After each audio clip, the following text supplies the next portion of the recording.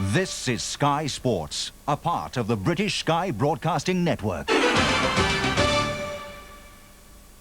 Coming up on a live edition of NHRA Today, coverage of the 13th annual Fram Southern Nationals, featuring the first round of eliminations in pro stock, a look ahead at the coming conflict in the funny cars, and a preview of who will rule in Top Fuel. From Commerce, Georgia, there's championship drag racing on tap during this live edition of NHRA Today.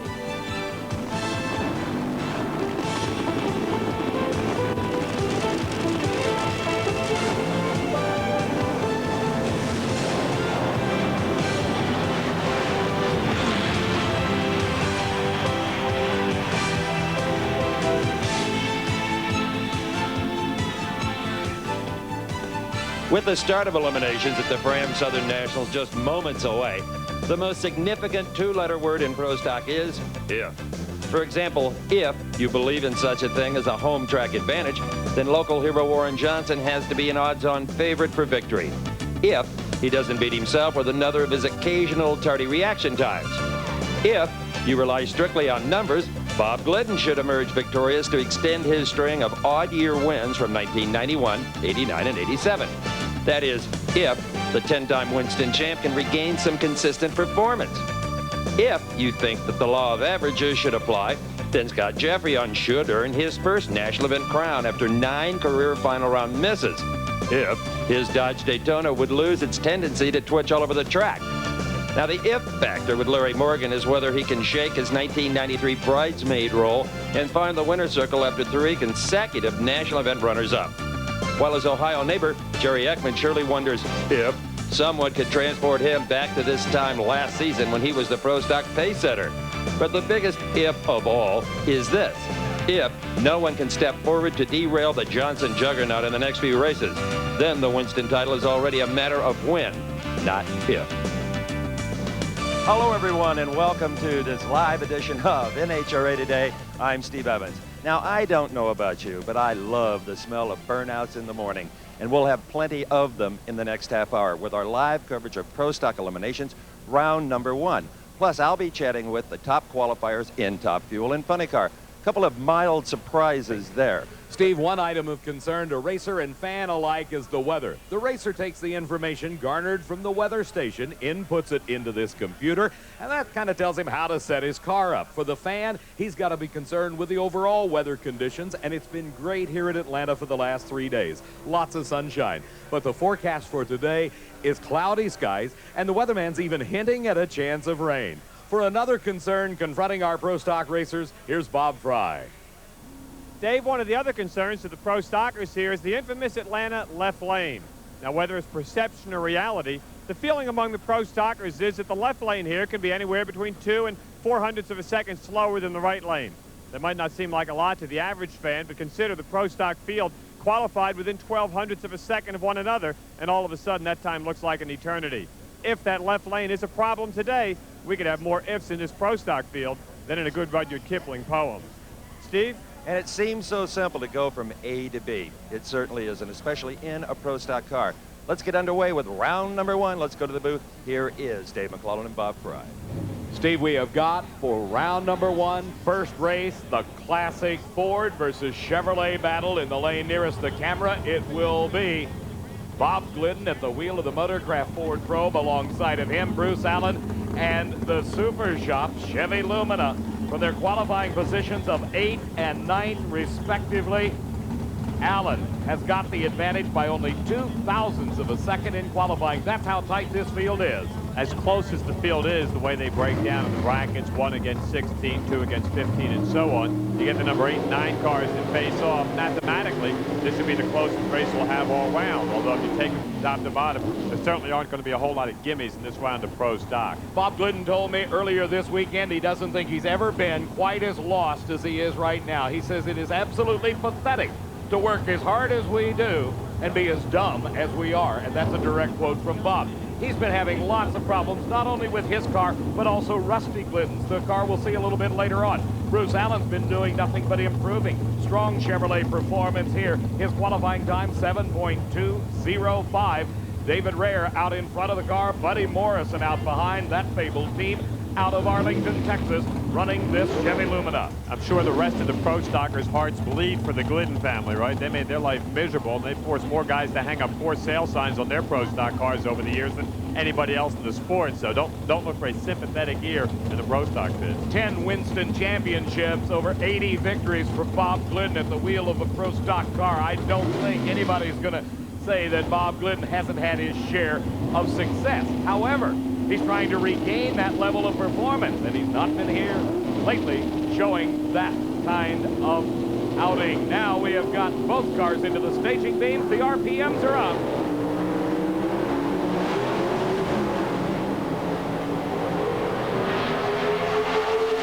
Just as close as we thought, and guess what? It is Bob Glidden, 7.240, his winning time. His speed, 191 miles an hour. So much for the thought that the left lane might be a little slower. 7 thousandths of a second slower was Bruce Allen at a 7.247. So Bob Glidden, the patriarch of the Glidden Racing family, advances to round number 2. And our next pair are on the starting line, completing their long burnout. This is Mark Osborne. He wheels a 500 cubic inch Oldsmobile Cutlass out of Bristol, Tennessee. His competition in the lane furthest from the camera is David Rampy. Rampy drives the Winnebago Oldsmobile Cutlass, that car owned by Harold Stout out of Greenwood, Indiana. This is the future of Pro Stock racing right here. 2 young kids that are doing a great job here. Former Winston champ twice over in the sportsman category for David Rampy. He and Osborne met on this track just 2 years ago in the comp eliminator category. Rampy took him out right there. It took a little bit of time for Rampy to make the transition from competition eliminator to Pro Stock. Not quite the same. Cars accelerate harder. You got to be sharper on the lights in some ways. Mark Osborne, unfortunately, a bit too quick. Left the red light showing on the starting line. It is Rampy crossing the finish line second, but advancing to round number 2 with the automatic victory. Osborne disqualifying himself. His time right in there at a 7:24, 190 mile an hour speed. David Rampy has had problems getting that car off the starting line, but it's been more a function of the race car than of the driver, David Rampy, because Rampy's car, the Pro Stocker, just reacts so very differently than the comp car. The burnouts are underway in our first round of eliminations, and in the lane nearest the camera, it is the Castrol Super Clean Oldsmobile of Larry Morgan. Mark Powig in the Summit Racing Oldsmobile occupies the far lane, and you've got a great shot there of Dave Butner directing Mark Powig back into his tracks after the burnout. Powig has already visited the winner's circle once this season, Bob. Larry Morgan, as Steve mentioned at the top, has been to the finals 3 times. This is a rematch of the Phoenix final where he was beaten by Mark Powig. Powig's car was the class of the field at that race. 7:19 for Powig in qualifying. Morgan 7:21, 200ths. And Morgan was one of the drivers earlier in the day that told me he thinks that left lane is 200 or 300 slow. If you add those numbers all up, it would appear to be almost an insurmountable task for Larry Morgan in this run. Let's watch.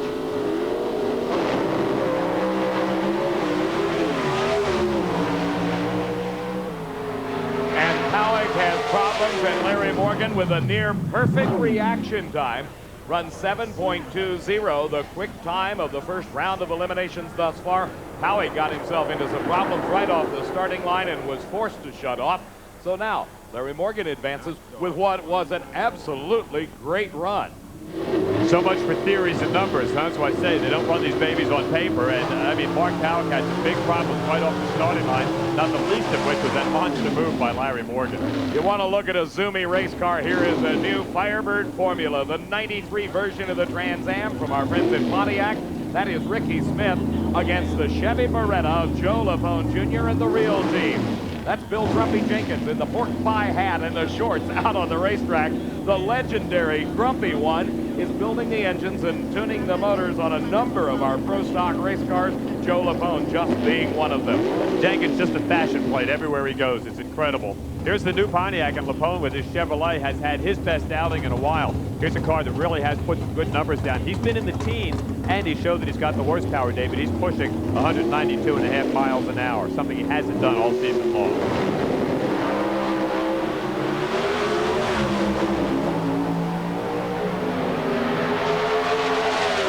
He needed more horsepower, though, as Ricky Smith parlayed an advantage off the starting line and a better elapsed time to win that one. 7:27 at 189 to a losing 7. 132 for Lapone at 190 miles an hour.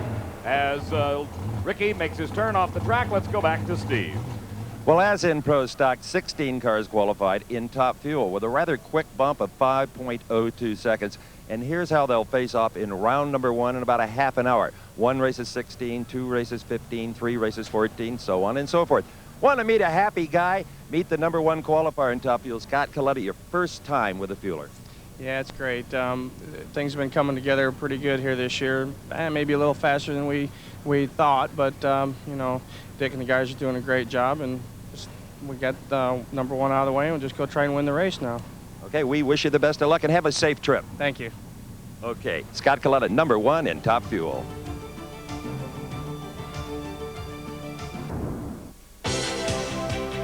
It is just a peachy day here at the Fram Southern Nationals in North Georgia. Some great pro stock action. For more of it, Dave McClelland.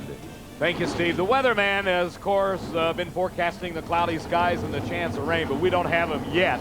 They may be here later on this afternoon. Here is the surprise of pro stock. Frank Iaconio qualified in the number 4 spot with a great 7:16. His competition is somewhat outdated but very competitive.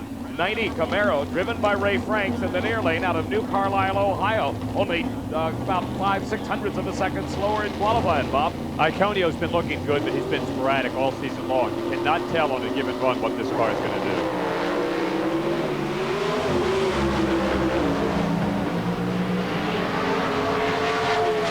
On this run, he more than lived up to expectations, as Frank Iaconio did not record the kind of elapsed time that he might have wanted, but he did get himself a win. 7:28 at 190 miles an hour. The victory over Ray Franks puts Frank Iaconio into round number 2. Iaconio dodged one there. The way this field's been running, a 28 should not advance into the next round. Frank's guy to a 7:63. Like Mark Powell before him, had all kinds of mechanical problems there, and he is out in round number 1. But Frank Iaconio's got to be thanking whoever he thanks, and 28 puts him in the second round. Here's a race between 2 young drivers that has almost become the match race of the 1993 season.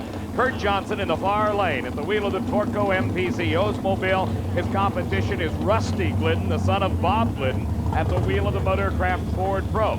29 years of age for Kurt Johnson, 24 for Rusty. You wonder where the future of pro stock is. You're looking at it right now. Kurt Johnson looked like the only car at the Winston Invitational, was our last live telecast on TNN, that could possibly beat his father, Warren Johnson. Lost out by 0.04 of a second, and again right here, it's Warren, the Dodge, and Kurt 1, 2, 3 in qualifying. Here's the difference in qualifying times. Kurt at a 7:15, 192. 7:22 for Rusty, and he only had about 1 good run out of the 4 qualifying sessions.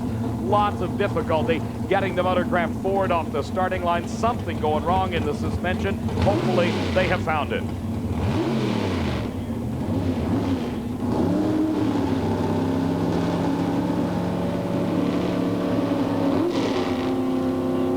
Both drivers taking their time. Now they move. Kurt is in. Rusty is in.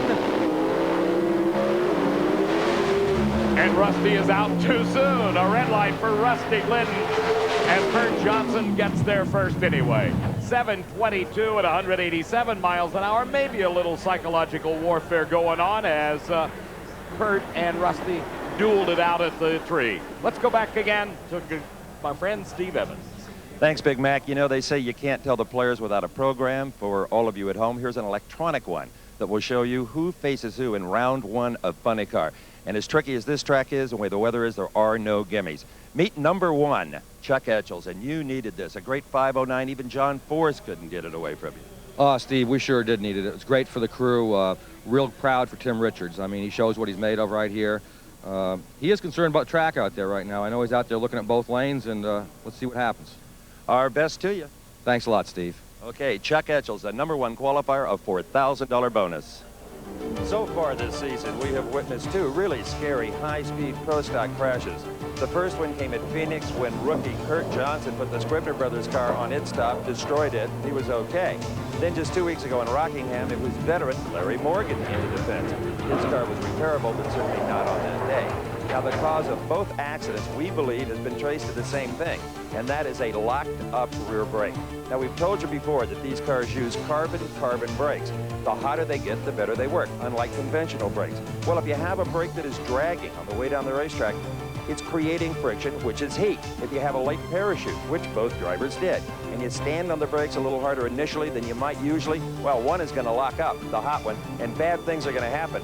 So it's obvious to everyone running these kind of brakes, make sure they're properly installed and check them to make sure they're running free. These two pairs remain in Pro Stock round number 1. Vince Curry in his Oldsmobile, his wife out directing traffic for him. In the far lane is the Dodge Daytona, the Mopar parts car, driven by Scott Jeffrey. This team is concerned about the racetrack, Bob Fry. Oh, concerned? They are just psyched out about that left lane. Now, by virtue of their higher qualifying position, they get over on the right side. They know that they've got to go quicker than 7.243, the time David Rampy ran, and he would be the opponent for them in next round. So, A, they want to take out Vince Curry. B, they want to go 7.24.3 or quicker. And C, they want to stay out of that left lane.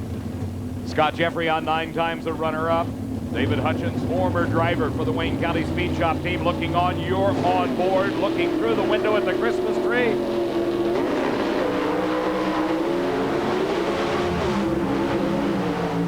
Vince Curry red-lighted at the starting line, and Scott Jeffrey got his lane choice. What an elapsed time. The parachute comes out as Scott slows the car after a 7:18, 192-mile-an-hour run.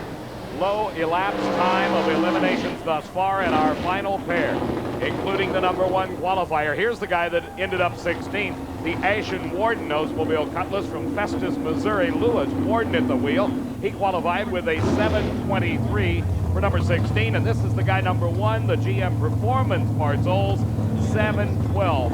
Incredible performances for Warren Johnson this weekend. Based on what we've seen by the other cars, Warren's qualifying, based against Jeffrey's qualifying, this car should be solidly in the mid-teens. If he runs anything quicker than a 7:15 in this round, that is bad news for the rest of the Pro Stock cars. Warren's, if there could be a rap on Warren, it is his inconsistency at the starting line. Sometimes you just can't predict or even begin to guess what Warren Johnson is going to do against that very impartial starting device known as the Christmas tree. 0.4 of a second, the yellow flashes, and then the green comes on. Obviously, a perfect light is 4:00. Warren Johnson was 0.08 of a second off of perfect. Lewis Warden tried.